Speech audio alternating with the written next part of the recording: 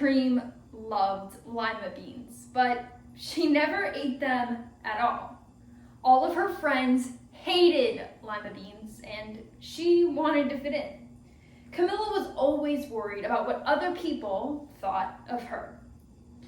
Today, she was fretting more than usual because today was the first day of school.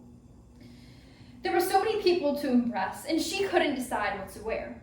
She tried on 42 outfits, but none seemed quite right. She put on a pretty red dress and looked in the mirror. Then she screamed. Her mother ran into the room, and she screamed too. "Oh my heavens," she cried. "You're completely covered with stripes." Many people struggle with showing their true self, and while this may not seem like a large issue, it can lead to massive problems. In the story, we see Camilla struggling with showing her true and authentic self to her loved ones. I now present to you A Bad Case of Stripes by David Shannon. This was certainly true. Camilla was striped from head to toe. She looked like a rainbow.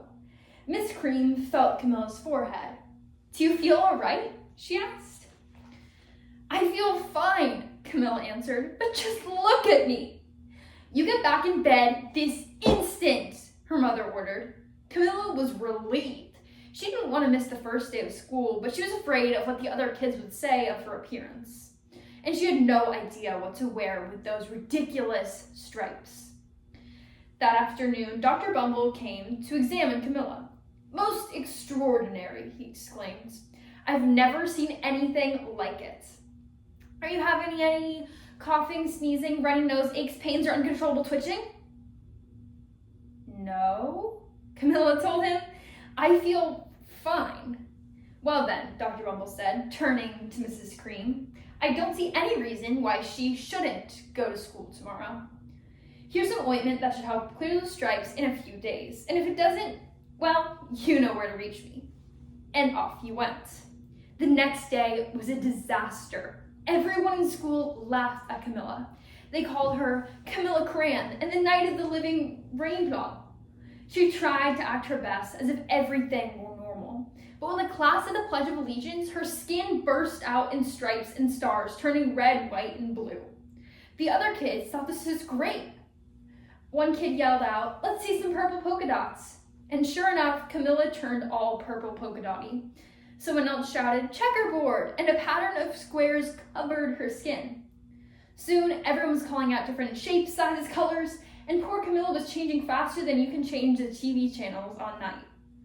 That night, Miss Harms, the school principal, called. "I'm sorry, Miss Cream," she said.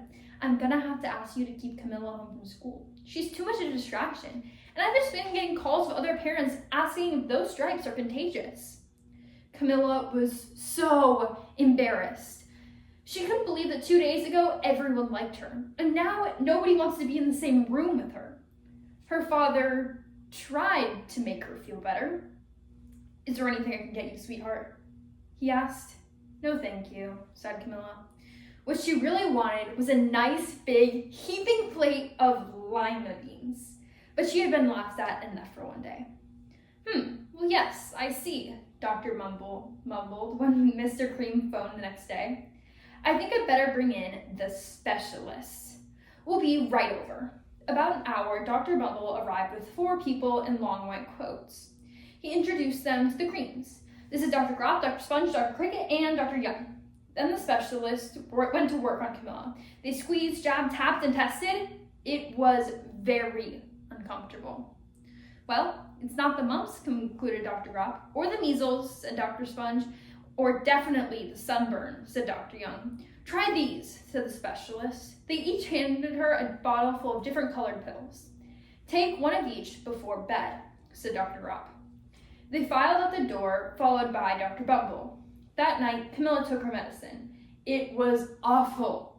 When she woke up the next morning, she did feel different, but when she got dressed, her clothes didn't fit quite right. She looked in the mirror, and there, staring back at her, was a giant multicolored pill with her face on it. Dr. Bumble rushed over as soon as Mrs. Cream called. But this time, instead of the specialist, he brought the experts. Dr. Gord and Mr. Mellon were the finest scientific minds in the land. Once again, Camilla was poked, prodded, looked at, and listened to. The experts wrote down lots and lots of numbers, and then they huddled together and whispered. Dr. Gord finally spoke. "It might be a virus," he announced with authority. Suddenly, fuzzy little virus balls appeared all over Camilla. "Or possibly some form of bacteria," said Dr. Mellon. "Out popped squiggly little bacteria tails." "Or fungus," asked Dr. Gord. Instantly, Camilla was covered with different fungus blotches. The experts looked at Camilla and then looked at each other. "We need to go back over these numbers at the lab," Dr. Gord explained. "We'll call you tomorrow when we know something." But the experts didn't have a clue, much less a cure. By now, the TV news had found out about Camilla. Reporters from every channel were outside of her house, telling the story of the bizarre case of the incredible changing kid. Soon, a huge crowd of people were camped out on the front lawn. The creams were swamped with all kinds of remedies: psychologists, allergists, herbalists, nutritionists, physics, and an old medicine man, a guru, even a veterinarian. And so-called cures only added to poor Camilla's strange appearance until it was hard to even recognize her. She sprouted roots and berries and crystals and feathers and a long furry tail, but nothing worked. One day, a woman who called herself an environmental therapist claimed she had a cure. "Camilla, close your eyes," she said. "Breathe deeply and become one with the room." "I wish you hadn't said that," Camilla groaned. Slowly, she melted into the walls of her room. Her bed became her mouth, her nose was the dresser, and 2 paintings were her eyes. The therapist screamed and ran from the house. "What are we gonna do?" cried Miss Cream. "It just keeps getting worse and worse," she began to cry. And then, at that very moment, Miss Cream heard a quiet little knock at the front door. He opened it, and there stood an old woman who was just as plump and sweet as a strawberry. "Excuse me," she said brightly, "but I think that I can help." She went into Camilla's room and looked around. "My goodness," she said with a shake of her head. "What we have here is a bad case of stripes. One of the worst I've ever seen." And out she pulled a container of small green beans from her bag. "Here," she said. "These might do the trick." "Are those magic beans?" asked Mr. Cream. "Oh no," replied the kind old woman. "There's no such thing. These are just plain old lima beans. I bet you'd like some, wouldn't you, Camilla?"